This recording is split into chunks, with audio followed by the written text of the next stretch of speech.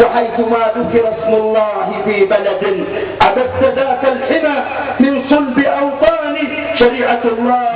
شريعة الله لمت شملنا وبنت لنا معالم إيمان وإحسان.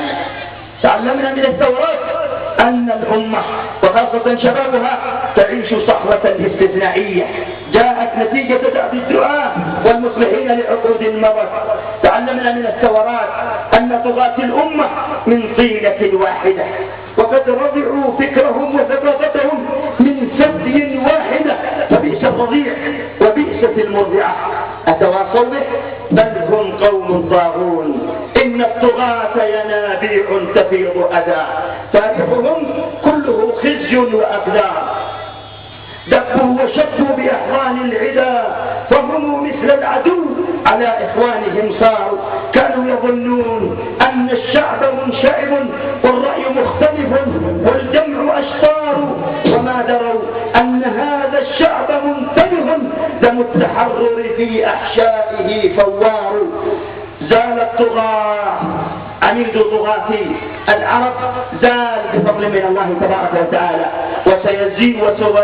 وسيزول طغاة العرب أجمعين بإذن الله تبارك وتعالى.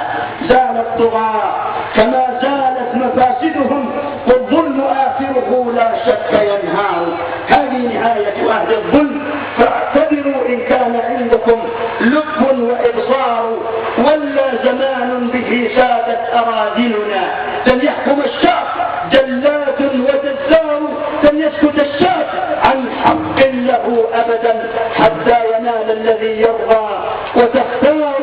نادى المنادي فهب الشعب أجمعه كأنه زعزع يدوي وإعصار.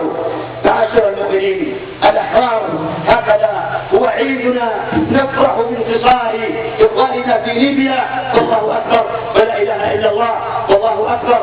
وعما قريب بإذن الله سبحانه وتعالى سننتصر في يمن الإيمان والحكمة بإذن الله. وإن أصروا على التحرير على قتل المسالمين المعتصمين، وإن أصروا في خطابتهم ليل نهار يدعون إلى الحرب والعنف، فإننا ننفذ العنف والحرب، فإننا نعلن